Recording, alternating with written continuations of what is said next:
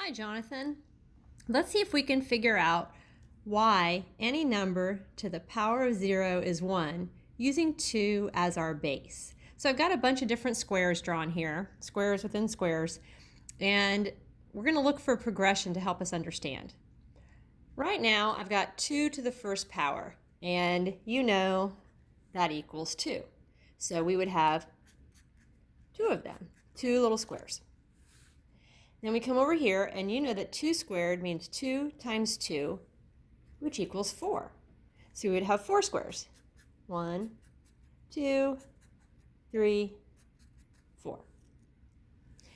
We come down here, and we have 2 to the third, which you know means 2 times 2 times 2, which equals 8. Another way I could write it is 2 squared times 2. Well, we already know that 2 squared over here is 4, right? So we've got, let's see if I can hold my paper while I hold the camera here. We've got 1, 2, 3, 4. That was the one we just did before, and we have 2 of them. Remember, with multiplication, you could rewrite it as of.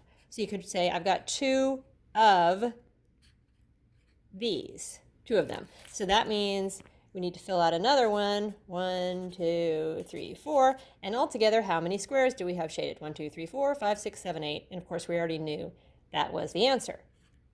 Okay, so we understand that. Now we come back here, and let's skip this one because we don't know what it is yet, right? We're pretending we don't know the definition of 2 to the 0 equals 1. So let's go up here. Now I'm assuming that you know what negative powers mean. And we know this is over 1, so we're going to put 2 to the negative 1. We're going to put it in the denominator with a positive 1 power, leaving it only a 1 on the top. That's 1 over 2 to the first, or you could just write 1/2. So let me cut one of these in half and shade a half a square. Okay, so there's half of a square. If we come over here, this means 1 over 2 squared, which would be 1/4. Okay, so we need a quarter of a square, right? Just a quarter. So there's 1/4. Got a funny looking corner there. Over here, we have 2 to the negative third. Now, I could write 1 over 2 cubed, which would, be 1 over 8.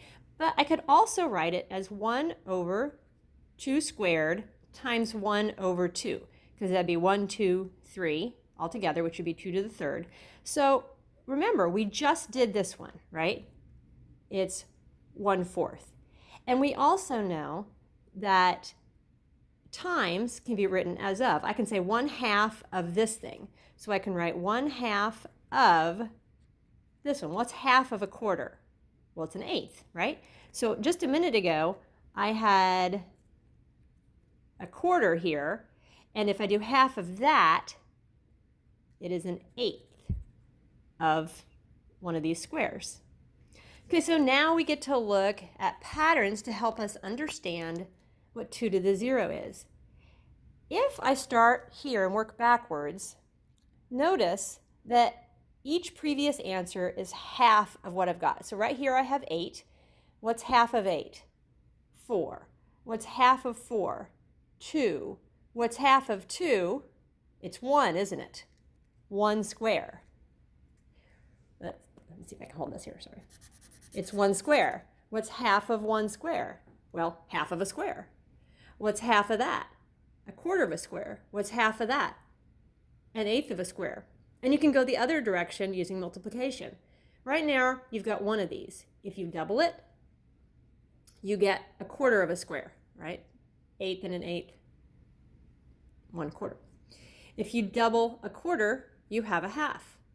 If you double a half, you have, once again, a full square. If you double 1, you have 2. If you double 2, you have 4. If you double 4, you have 8. And so I hope this helps you understand visually why we define it this way. It also helps us when we graph it. It gives us a complete smooth function. Let's see, I had a paper here. I don't know where it went. I had a graph. Here it is. Sorry for my mess. Okay, so if we put these in a table now, so let's do -3, -2, -1, 0, 1, 2, 3. And our equation is y equals 2 to the x. I hope I'm not making you seasick with my camera moving. So we know that 2 to the first equals 2. 2 squared was 4. 2 cubed was 8. This was 1/2. This was 1/4. This was 1/8. And remember, by definition, we looked at our pictures and we said this was 1. It should be a nice smooth function if this one is correct. So I go up to my graph and let's start with these three. Okay, these are my x's, these are my y's. So if I go over 1 up 2, I'm here. Over 2, 1, 2, up 4, 1, 2, 3, 4. Over 3, up 8, 4, 5, 6, 7, 8. Okay, then we go backwards. Let's still skip this one to see if it fits perfectly. Left 1, up 1/2. So that's right here, up 1/2. Left 2, up 1/4. Left 3, up 1/8. It's getting pretty small. We'd say the x-axis is an asymptote. I don't know if you've learned all that stuff yet, but anyway, it means it's a line.